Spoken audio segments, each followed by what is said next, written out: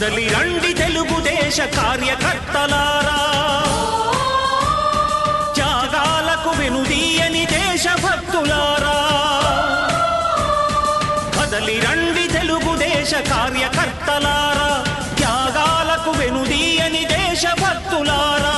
నందమూరి ఆశయ రథ సారథ్యం మీదే, చంద్రబాబు స్వర్ణాంధ్రకు నిర్మాతలు మీరే.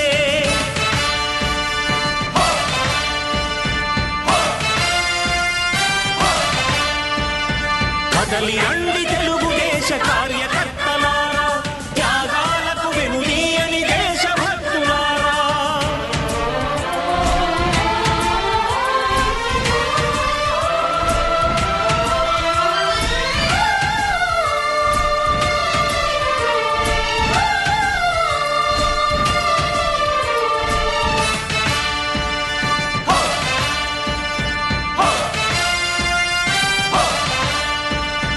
పార్టీకే అంకితమై పనిచేసే మీరు దేశంలో నిలిపారు మన పార్టీ పేరు.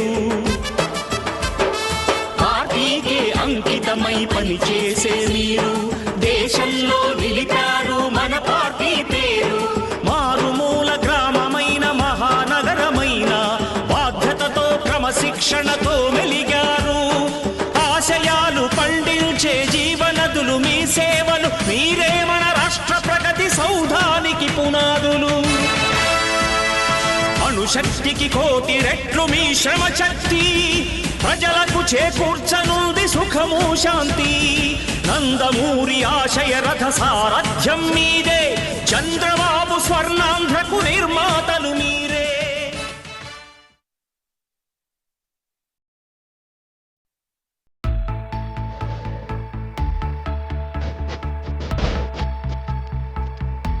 ఢిల్లీ రాజకీయం దేశాన్ని ముట్టడేసిన సమయంలో, ఉనికి కోసం రాష్ట్రాలు యుద్ధాలే చేస్తున్న సమయంలో, తెలుగునాడు ఒకటుందనే సోయి కూడా లేని సమయంలో, ప్రధానమంత్రితో పాటు ముఖ్యమంత్రికి హెలికాప్టర్ ఎక్కే అర్హత లేని సమయంలో ఒకే ఒక్కడు తెలుగుదేశం పార్టీతో గల్లీలో నిలుచుని ఢిల్లీ కోటని బద్దలు కొట్టి వాళ్ళని రాష్ట్ర గల్లీల్లో పరుగులు పెట్టించాడు.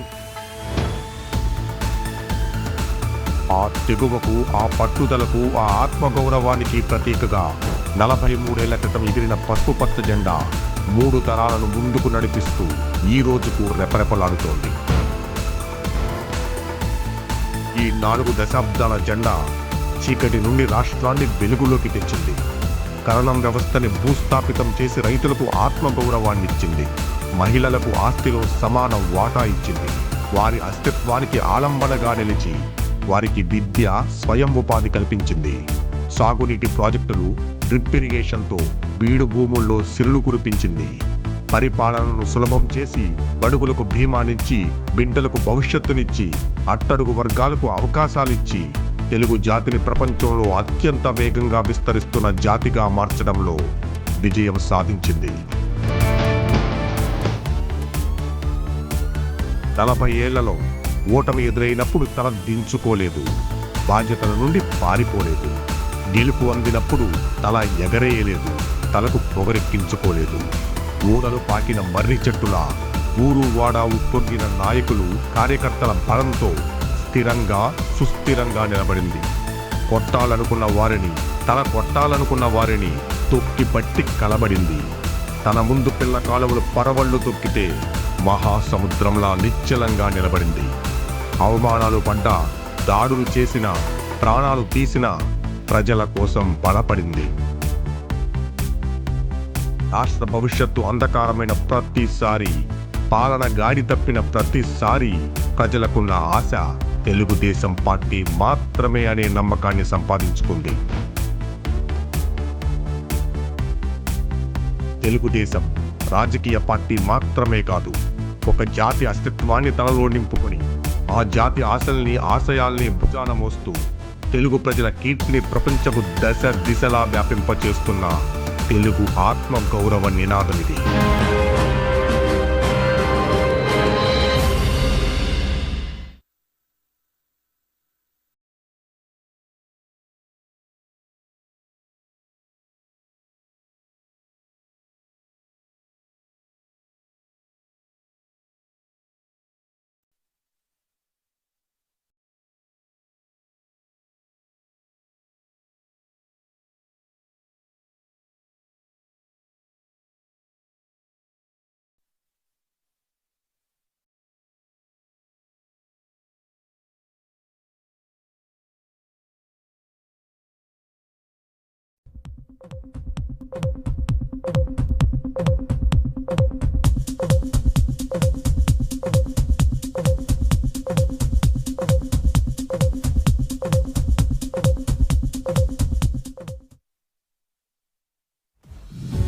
ఓటమి